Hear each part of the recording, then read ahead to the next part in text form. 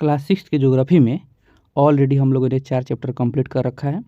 आज हम लोगों को 5वां चैप्टर करना है, जिसके अंतर्गत पृथ्वी के प्रमुख परिमंडल को देखना है। तो चलिए शुरू करते हैं। विशेष करके हमारी फोकस रहेगी कि चैप्टर में जो चीज़ें लिखी गई है उन्हीं के परितः रहें, क्योंकि ये चैप्टर काफ़ी फैक्चुअल है और ध्यानपूर्वक इसकी स्टडी करने की ज़रूरत है।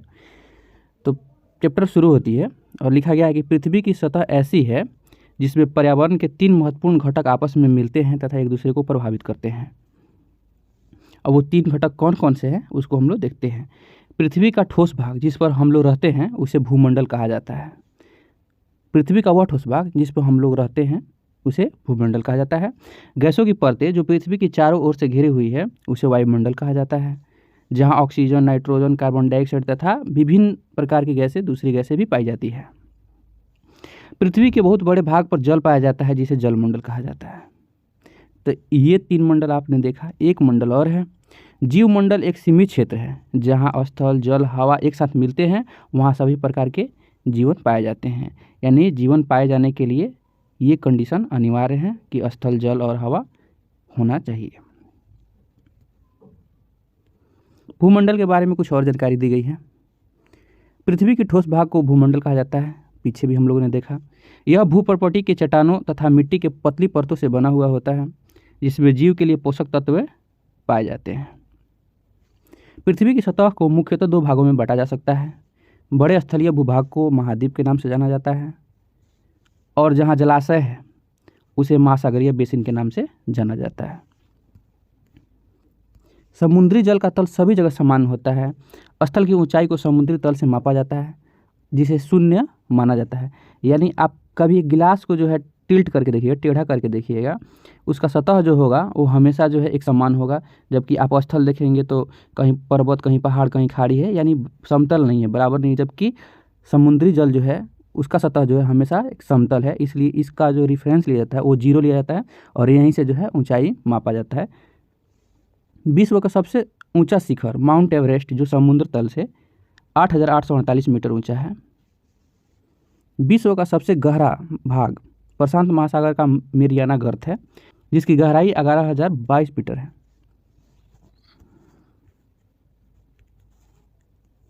शब्दों की कुछ उत्पत्ति है जिसको हम लोग देख लेते हैं। ग्रीक भाषा में कुछ शब्द हैं।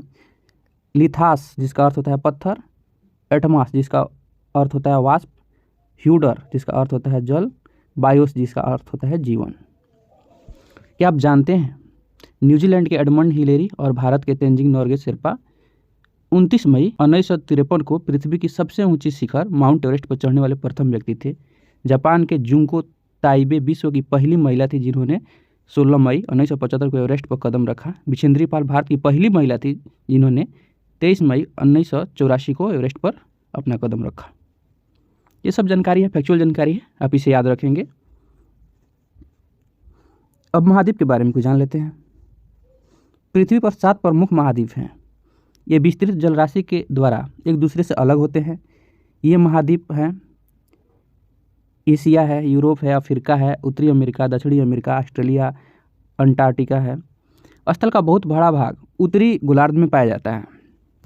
आप मैप के माध्यम से इसे देख भी सकते हैं। ये एशिया हो गया, यूरोप हो गया, अफ्रीका हो गया, दक्षिणी अमेरिका हो गया, उत्तरी अमेरिका हो गया, जिसकी जिक्र हम लोगों ने अभी की है। एशिया के बारे में बताया गया है। एशिया विश्व का सबसे बड़ा महाद्वीप है। यह पृथ्वी के कुल क्षेत्रफल का 1/3 भाग में फैला हुआ है। यह महाद्वीप पूर्वी गोलार्ध में अवस्थित है। कर्क रेखा इस महाद्वीप से होकर गुजरती है। एशिया के पश्चिम में यूराल पर्वत है जो इसे यूरोप से अलग करता है। यूरोप एवं एशिया के संयुक्त भूभाग को यूरेशिया कहा जाता है, यानी यूरोप प्लस एशिया को यूरेशिया का संज्ञा दिया गया है। ये सब फैक्ट है, इसमें समझने के लिए कुछ है नहीं, तो आप इसे याद रख सकते हैं कि सबसे बड़ा जो महाद्वीप है एशिया है। सब पृथ्वी का कुल 1/3 क्षेत्रफल जो है इसमें संलग्न है और ये पूर्वी गोलार्ध में अवस्थित है। कर्क रेखा होकर गुजरती है, यूराल पर्वत से यूरोप से अलग होती है। आप इसे मैप के माध्यम से देख भी सकते हैं। ये रहा यूराल पर्वत और ये जितने भी पीले कलर का जो रीजन है ये सारे जो हैं एशिया के क्षेत्र हैं। यूरोप एशिया से बहुत छोटा है। यह महाद्वीप एशिया के पश्चिम में अवस्थित है। आर्कटिक वृत्त इससे होकर गुजरता है और यह 3 तरफ से जल से घिरा हुआ है। मैप में आप इसे देख सकते हैं। अफ्रीका के बारे में जानते हैं। अफ्रीका एशिया के बाद विश्व का दूसरा सबसे बड़ा महाद्वीप है। विषुववृत्त या 0 डिग्री अक्षांश महाद्वीप के लगभग मध्य से होकर गुजरती है। अफ्रीका का बहुत ही बड़ा भाग उत्तरी गोलार्ध में अवस्थित है। यही एक ऐसा महाद्वीप है जिससे होकर कर्क रेखा, विषुवत रेखा, मकर रेखा तीनों रेखा गुजरती है। सहारा का रेगिस्तान विश्व का सबसे बड़ा गर्म रेगिस्तान है जो अफ्रीका में अवस्थित है। यह महाद्वीप चारों ओर से समुद्र तथा महासागरों से घिरा है। विश्व की सबसे लंबी नदी नील अफ्रीका में ही है। विश्व की सबसे लंबी, याद रखना है, सबसे लंबी की बात की जा रही है। लंबी नदी नील नदी इसी में अवस्थित है। मैप के माध्यम से हम लोग देख सकते हैं। ये रहा अफ्रीका, ये आप नील नदी देख सकते हैं। ये जोन जो है सहारा मरुस्थल है। एटलस जो है इसमें पर्वत श्रेणी भी है, डेकेन्सबर्ग भी है, आप इसे ध्यान रखेंगे। विषुवत रेखा हो गया, मकर रेखा हो गया, एक कर्क रेखा हो गया। उत्तरी अमेरिका। उत्तरी अमेरिका विश्व का तीसरा बड़ा महाद्वीप है। यह दक्षिणी अमेरिका से एक संकरीय स्थल से जुड़ता है। यह महाद्वीप पूरी तरह से उत्तरी और पश्चिमी गोलार्ध में अवस्थित है। यह महाद्वीप 3 महासागरों से घिरा हुआ है। अब यहाँ पे आपके लिए एक वर्क हो गया कि आप इन महासागरों का नाम बता सकते हैं। दक्षिणी अमेरिका का अधिकांश भाग दक्षिणी गोलार्ध में अवस्थित है। विश्व की सबसे लंबी पर्वत श्रृंखला इंडीज, विश्व की सबसे लंबी पर्वत श्रृंखला याद रखिएगा कौन है, इंडीज है। इसके उत्तर से दक्षिण की ओर फैली हुई है। दक्षिणी अमेरिका में विश्व की सबसे बड़ी नदी अमेजन बहती है। आप याद रखिएगा, सबसे लंबी नदी नील थी और ये सबसे बड़ी नदी है। दोनों में अंतर क्या है? लंबी का मतलब है लेंथ से और बड़ी कहने का मतलब है वॉल्यूम से, कि सबसे वाटर जो कंजम्पशन करती है वो नदी बड़ी नदी कहलाती है। और जो सबसे लंबी यानी लेंथ जिसका सबसे लंबा होता है उसको लंबी नदी कहते हैं। तो सबसे बड़ी नदी जो है विश्व की वो अमेजन है। आप मैप में देख सकते हैं। ये रहा आपका उत्तरी अमेरिका, एक रॉकीज पर्वत है, अलेप्सियन पर्वत है, और पूरी की पूरी आप देख सकते हैं कि ये पश्चिमी और उत्तरी गोलार्ध में अवस्थित है इसका सिचुएशन। ये रहा हम लोग का दक्षिणी अमेरिका, आप देख सकते हैं ये एंडीज पर्वत श्रृंखला है।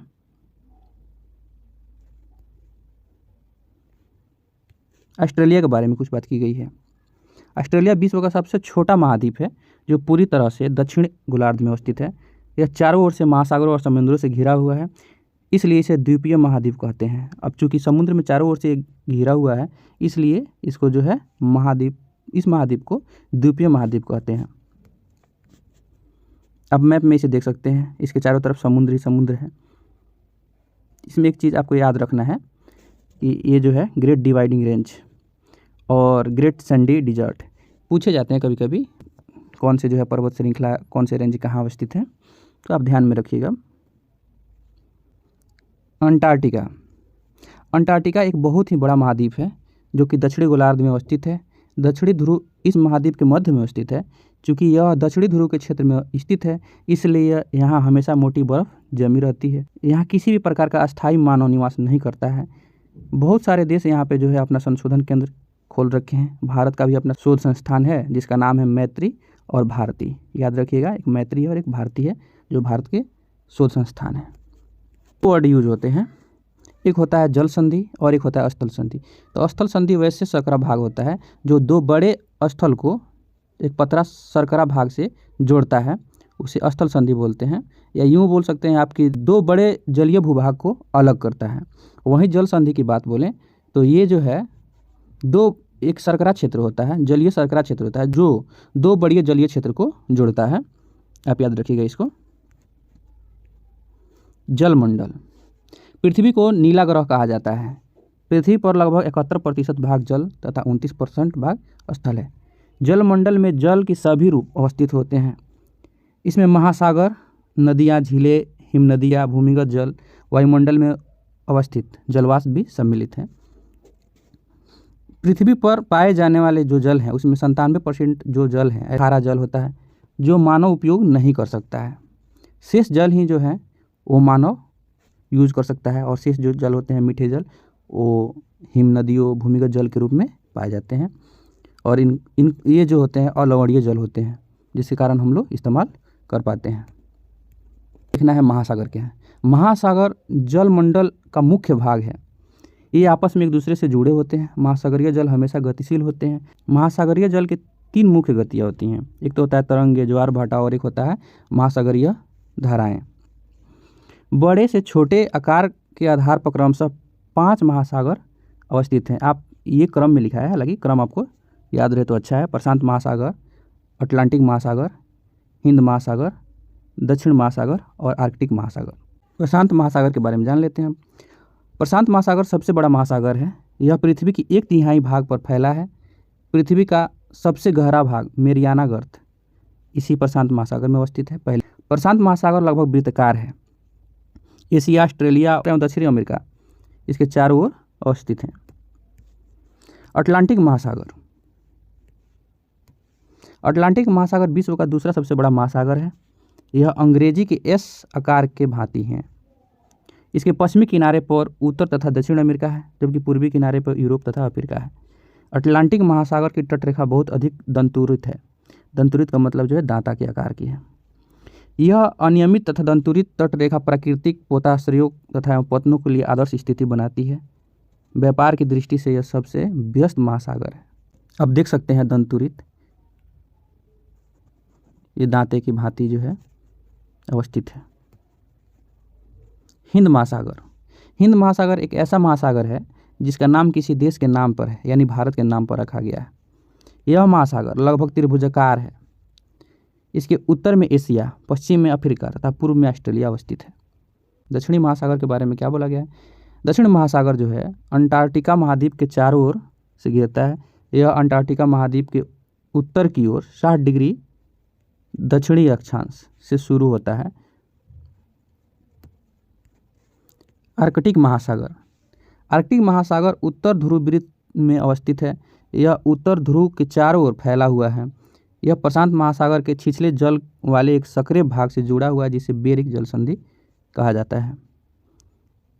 यह उत्तरी अमेरिका, उत्तरी तटों तथा यूरेशिया से घिरा हुआ है। अब आता है वायुमंडल। वायुमंडल के बारे में कुछ चर्चा की गई है। हमारी पृथ्वी चारों ओर से गैस की परत से घिरी हुई है, जिसे वायुमंडल कहा जाता है। वायुमंडल की यह पतली परत इस ग्रह की महत्वपूर्ण और अटूट भाग है, क्योंकि वायुमंडल से ही हमारा जीवन जो है संपन्न हो पाया है, इसलिए यह अटूट भाग है। हमें ऐसी वायु प्रदान करती है जिससे हम सांस लेते हैं। यह वायुमंडल हम लोगों को सूर्य की हानिकारक किरणों से बचाता है। जो उधर से जो है अल्ट्रावायलेट रे आते हैं, उसको जो है फिल्ट्रेशन कर हम तक पहुंचाती है, जिसके कारण जो है हानिकारक किरणें हम तक नहीं पहुंच पाती है। वायुमंडल 1600 किलोमीटर की ऊंचाई तक फैला है। वायुमंडल को, उसके घट को तापमान तथा अन्य के आधार पर 5 परतों में बांटा जाता है। इन परतों को पृथ्वी की सतह से शुरू करते हुए अब देख सकते हैं यहाँ पे क्रम: क्षोभ मंडल, समताप मंडल, मध्य मंडल, आयन मंडल और बहिमंडल है। वायुमंडल मुख्यतः ऑक्सीजन और नाइट्रोजन से बना है, जो साफ तथा शुष्क हवा का 99% भाग है। आयतन के अनुसार नाइट्रोजन 78%, 78%, ऑक्सीजन जो है 21% तथा दूसरी गैस जैसे कार्बन डाइऑक्साइड हो गया, आर्गन हो गया इत्यादि 1% है। ऑक्सीजन सांस लेने के लिए आवश्यक है, जबकि नाइट्रोजन प्राणियों में वृद्धि के लिए आवश्यक है। कार्बन डाइऑक्साइड यद्यपि बहुत कम मात्रा में है, लेकिन यह भी पृथ्वी द्वारा छोड़ी गई ऊष्मा को अवशोषित करता है, जिससे हमारी पृथ्वी जो है गर्म रहती है। यह पौधों के लिए भी काफ़ी आवश्यक है। ऊंचाई के साथ वायुमंडल की घनत्व में भिन्नता आती है। यह समुद्री तल पर सबसे अधिक होता है। वायुमंडल का घनत्व सबसे अधिक कहाँ होता है? अगर पूछा जाए ऑप्शन में हो कि समुद्री तल पर, तो आप उसी को टिक करेंगे। जैसे जैसे हम ऊपर की ओर चढ़ते हैं, तेज़ी से ये घनत्व घटते जाता है। आप जानते हैं कि पहाड़ों पर पर्वतारोहियों को जो है हवा घनत्व कम हो जाने के कारण सांस लेने में काफ़ी दिक्कत हो जाती है, जिसके कारण वह जो है ऑक्सीजन सिलेंडर लेके जाते हैं। जैसे जैसे हम ऊपर जाते हैं, तापमान भी घटता है। वायुमंडल पृथ्वी पर दाब डालती है। यह एक स्थान से दूसरे स्थान को अलग अलग होता है। ये जो वायुमंडलीय दाब है, एक स्थान से दूसरे स्थान पे अलग अलग होता है। कुछ क्षेत्रों में हमें अधिक दाब महसूस होता है, जबकि कुछ क्षेत्रों में कम। वायु उच्च दाब से निम्न दाब की ओर बहती है, जिसे पवन कहा गया है। वायु जो है उच्च दाब से निम्न दाब की ओर बहती है, जिसे पवन कहा जाता है। अब आता है जीवमंडल। जीवमंडल स्थल, जल, हवा के बीच एक सीमित भूभाग है। यह वह भूभाग है जहाँ जीवन मौजूद है। यहाँ जीवों की बहुत सारी प्रजातियाँ हैं, जो सूक्ष्म जीवों तथा बैक्टीरिया से लेकर बड़े स्तनधारियों के आकार की भी पाई जाती है। मनुष्य सहित सभी प्राणी जीवित रहने के लिए एक दूसरे पर तथा जीवमंडल के बड़े भूभाग से जुड़े हुए हैं। आप मैप में से देख सकते हैं। जीवमंडल के प्राणियों को मुख्यतः दो वर्गों में बांटा जा सकता है, एक जंतु जगत और एक पादप जगत। ये एक दूसरे पर परस्पर निर्भर रहते हैं। आप इसे एग्जाम्पल के माध्यम से समझ सकते हैं। जैसे लकड़ी तथा खेती के लिए वनों को काटा जाए तो इससे ढलुआ भूभाग पर मिट्टी का कटाव तेजी से हो जाता है। भूमंडलीय ताप क्या है? कार्बन डाइऑक्साइड वायु का एक महत्वपूर्ण घटक है, लेकिन कार्बन डाइऑक्साइड का मात्र वृद्धि के कारण पृथ्वी पर तापमान में वृद्धि हो जाता है। इसे भूमंडलीय तापन कहते हैं। इस चैप्टर में इतना ही, जो चीज़ें था हम लोगों ने डिस्कस किया।